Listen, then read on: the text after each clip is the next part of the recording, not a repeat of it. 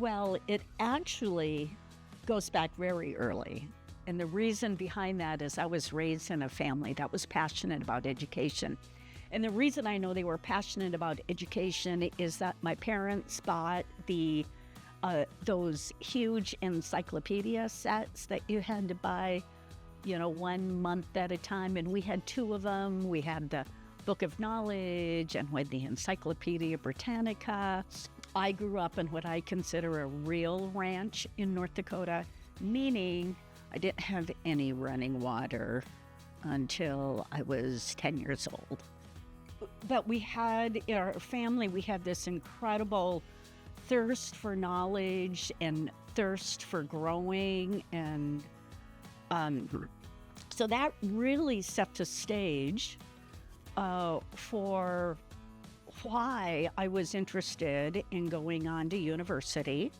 I was a pre-med major, and in those days, I didn't know that there were probably ways to get your entire medical program paid for. So I figured out I needed to work for a couple of years, and by an amazing miracle, this a young lady from North Dakota who grew up on a ranch with no running water got hired by a top 50 Fortune 100 company, Xerox Corporation.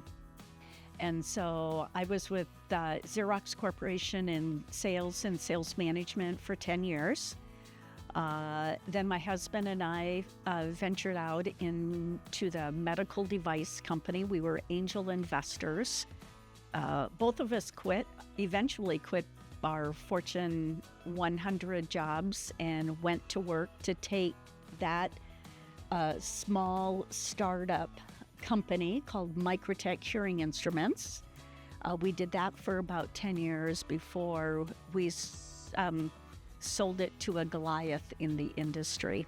And then after that, because my expertise had really been in the sales and sales management and business growth world, I started a consulting company in Minneapolis, working primarily with technology, engineering, medical device. I really worked in that STEM industry to help them develop the processes in order to grow. During that time, I got my master's in leadership and then have moved into leadership development. When we moved back to North Dakota about 11 years ago, one of the first meetings I went to when we came back was Governor Burgum had innovation in education. And I'm not certain why I went, but it's probably because of this passion. And I remember clearly that was someone in the hallway handed me the Section 8 of the North Dakota Constitution. It says a high degree of intelligence, patriotism, integrity, and morality on the part of every voter in a government by the people is necessary to ensure the continuance of that government. And I thought, wow, that's powerful. Intelligence, patriotism, integrity, morality, that's something that I want to be a part of. And now we're living in the world of AI where we have information that comes crashing at us 24/7.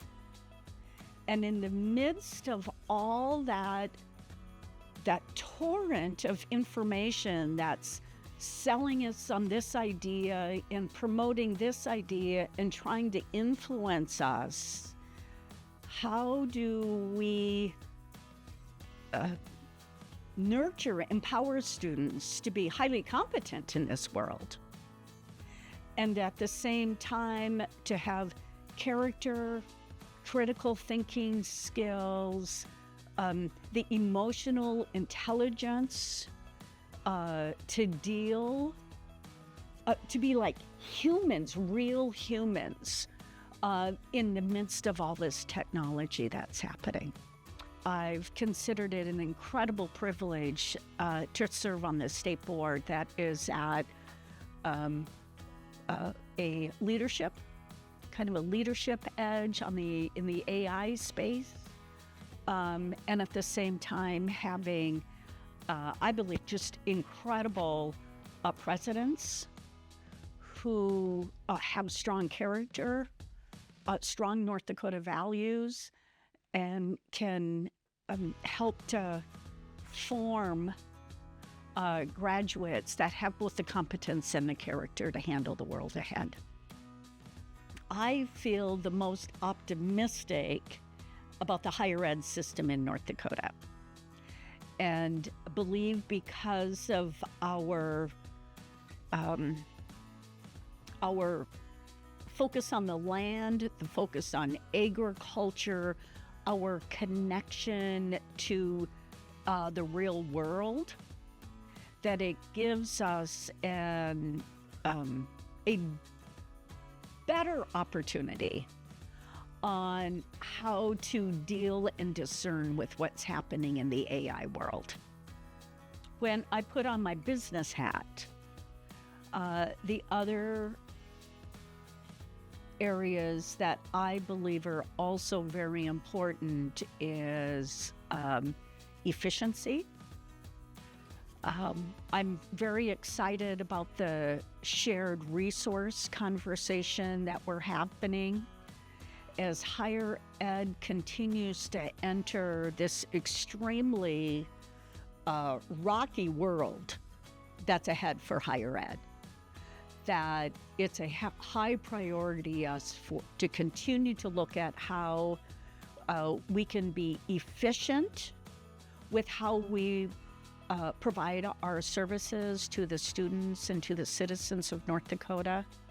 And I am extremely bullish on North Dakota, that we have the opportunity, that we have been and will continue to have the opportunity to train up leaders of both competence and character that can have a positive impact on our region and the entire nation.